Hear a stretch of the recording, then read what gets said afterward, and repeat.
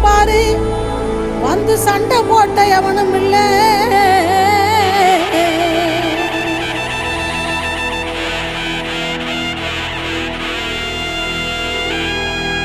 கண்டா வர சொல்லுங்க, கண்ணனை கையோட கூட்டி வாருங்க. அவனை கண்டா வர சொல்லுங்க, கண்ணனை கையோட கூட்டி வாருங்க.